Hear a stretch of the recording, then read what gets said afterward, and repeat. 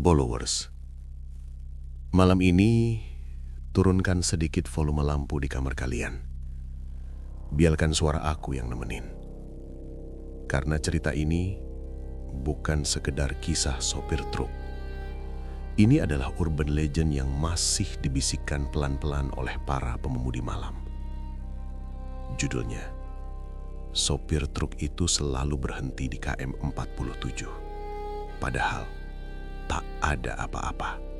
Followers, kalau kalian sering melewati jalur lintas provinsi, apalagi jalur lama yang memotong hutan, kebun karet, atau bekas rel mati, kalian pasti tahu ada titik-titik tertentu yang tidak pernah ditandai apapun.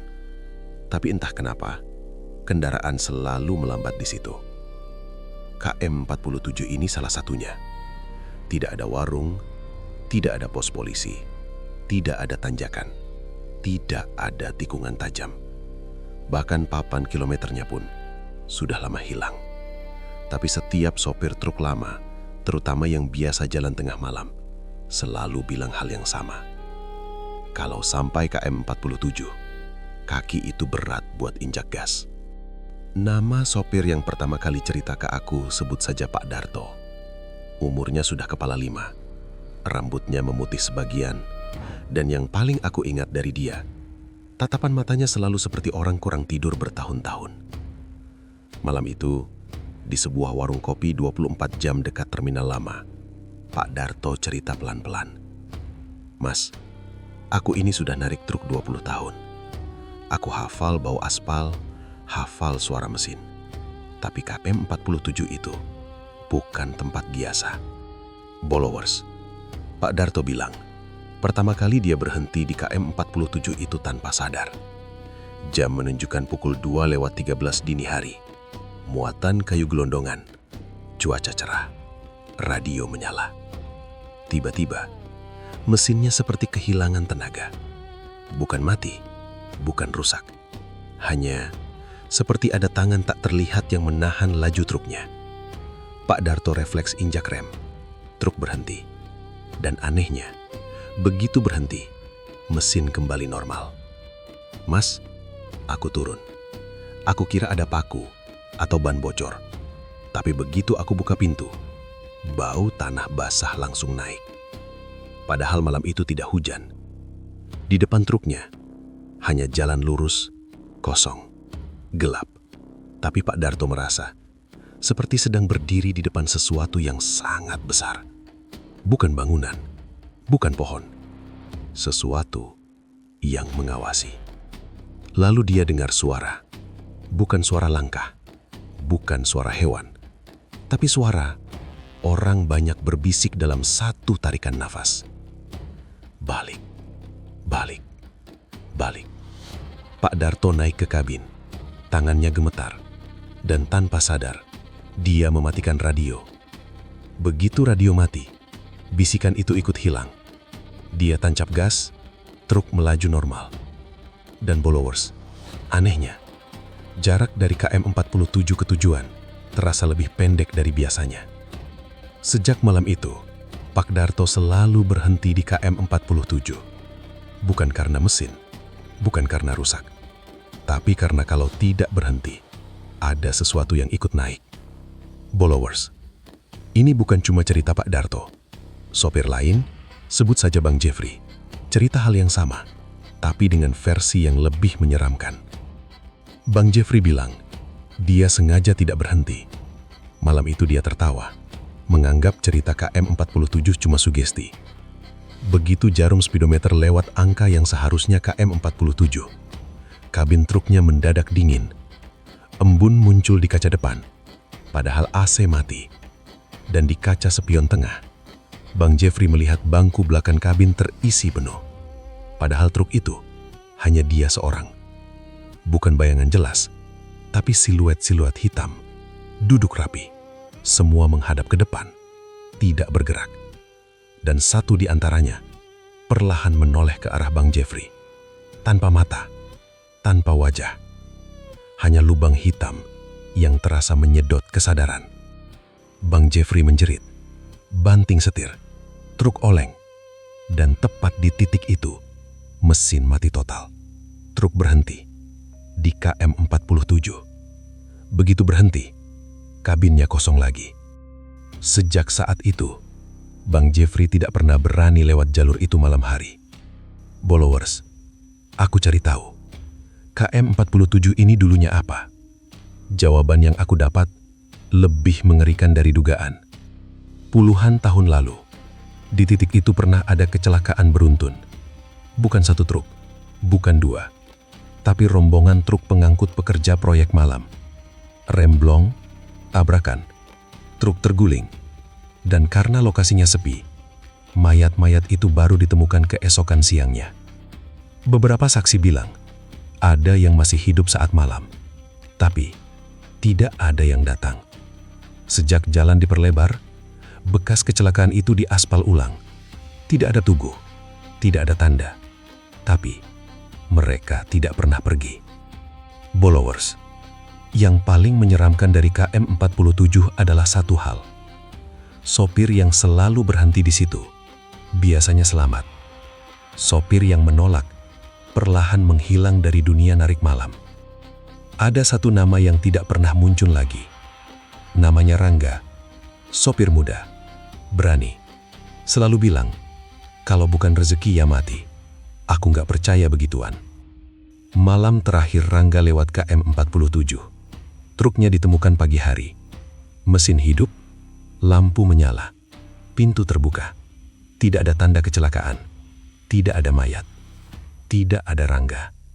Dan followers, yang membuat bulu kuduk berdiri, di dashboard truk itu tertulis dengan tanah basah, seharusnya kamu berhenti.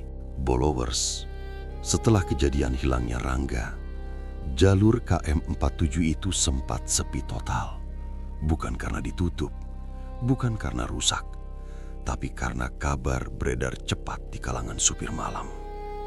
Ada kesepakatan tak tertulis, kalau lewat KM 47 antara 2:30 sampai 2:30, apapun kondisinya, berhenti. Tidak lama, tidak turun, cukup tarik rem tangan, matikan radio, diam. 30 detik, tidak lebih, tidak kurang. Kalau kamu lebih dari itu, kata Pak Darto, mereka kira kamu mau ikut. Followers, aku sempat ketawa waktu dengar aturan itu. Sampai satu malam, aku ikut langsung. Aku ikut Pak Darto, bukan sebagai supir, tapi duduk di kursi penumpang. Truk kosong, tanpa muatan. Jam di dashboard menunjukkan 0202. Udara dingin, tidak ada angin. Semakin mendekati KM 47, aku merasa kepala jadi berat, seperti sedang ditekan dari atas. Radio yang sejak tadi memutar lagu dangdut pelan, mendadak berisik. Bukan noise biasa, seperti suara orang berbicara di bawah air. Pak Darto langsung mematikan radio. Mas, jangan banyak tanya ya. Kalau nanti truk berhenti sendiri, jangan lihat keluar. Aku mengangguk. Lampu truk menyorot jalan lurus. Dan tiba-tiba, truk melambat. Tanpa rem, tanpa injakan. Jarum RPM turun sendiri. Pak Darto tidak panik. Tangannya sudah siap di rem tangan. Begitu roda benar-benar berhenti, dia menarik rem. Mesin masih hidup. Sunyi. Followers, sunyi yang tidak normal. Tidak ada suara jangkrik, tidak ada angin. Bahkan suara mesin truk terdengar seperti jauh sekali, padahal kami duduk di atasnya. Lalu, bau itu datang. Bau tanah basah, bau besi karat, dan bau seperti kain lembab yang lama dikubur. Aku refleks menoleh ke jendela. Dan followers, disitulah kesalahanku. Di pinggir jalan, aku melihat orang-orang berdiri. Bukan satu, bukan dua, puluhan. Semua berdiri rapi, menghadap truk. Pakaiannya bukan seragam, tapi pakaian kerja lama.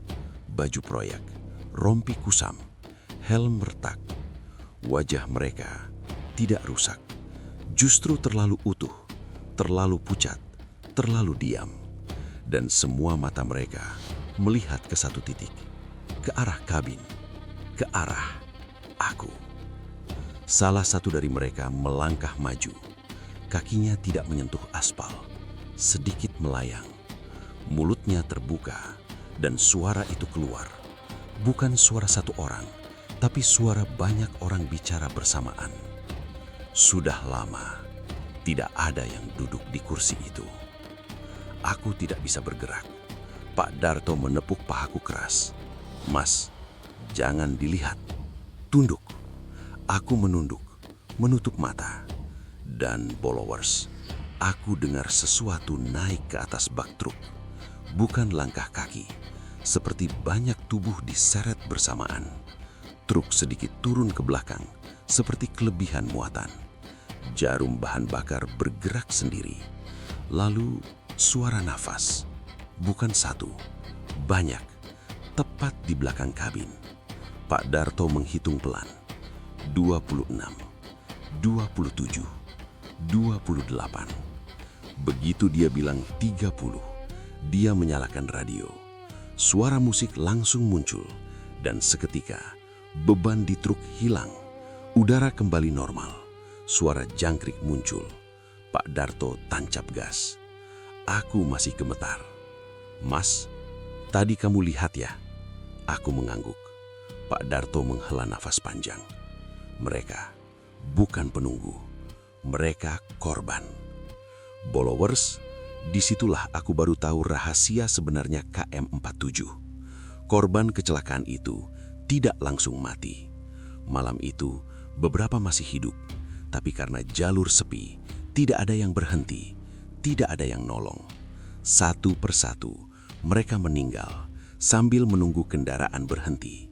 Dan sejak saat itu, mereka meniru. Mereka menunggu supir berhenti, bukan untuk mencelakai, tapi untuk merasakan lagi. Rasa ada yang berhenti untuk mereka. Followers, tapi ada satu hal yang tidak semua supir tahu. Tidak semua yang berdiri di KM47 adalah korban. Ada satu sosok yang selalu berdiri paling belakang, tidak pernah mendekat, tidak pernah bicara. Dan sosok itu bukan korban kecelakaan. Pak Darto bilang, "Mas, yang itu bukan orang yang mati di sini. Dia yang bikin mereka tidak pergi."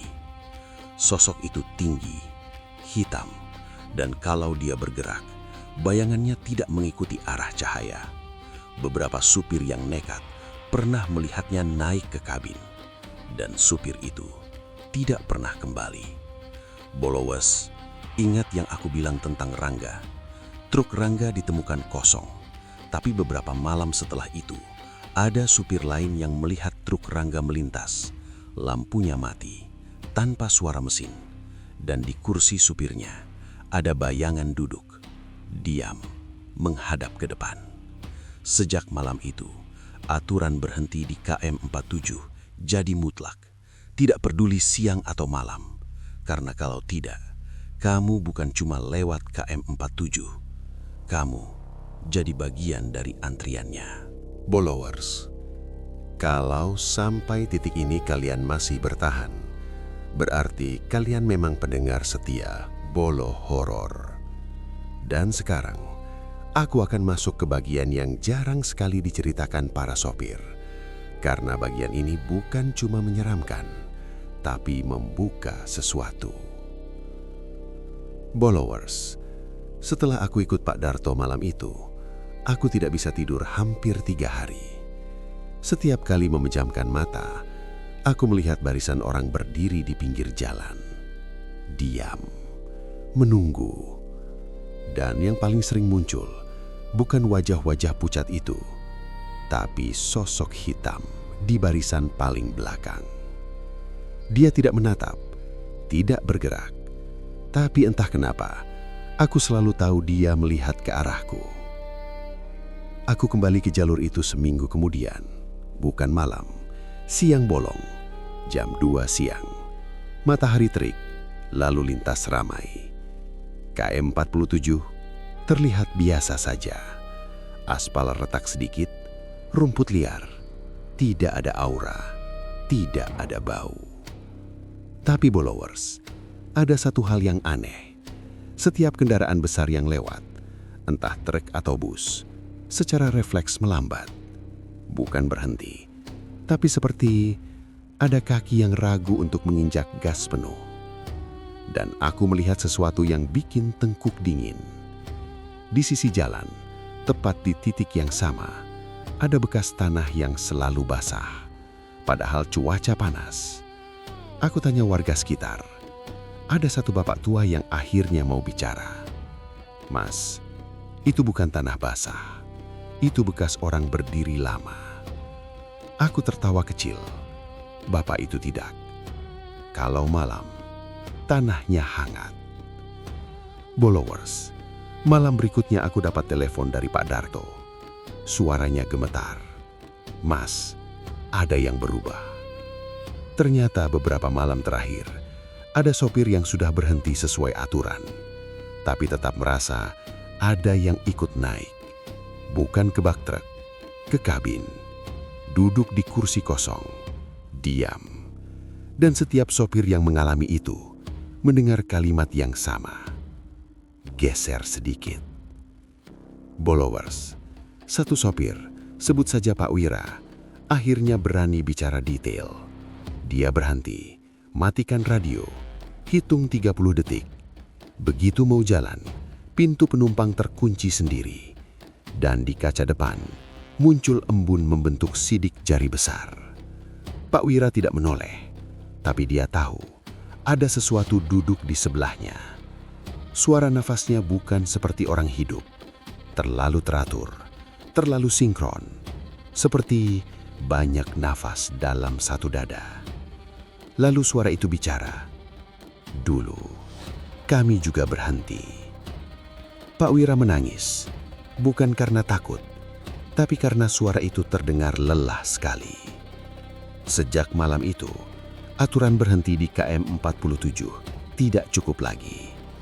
Ada aturan baru.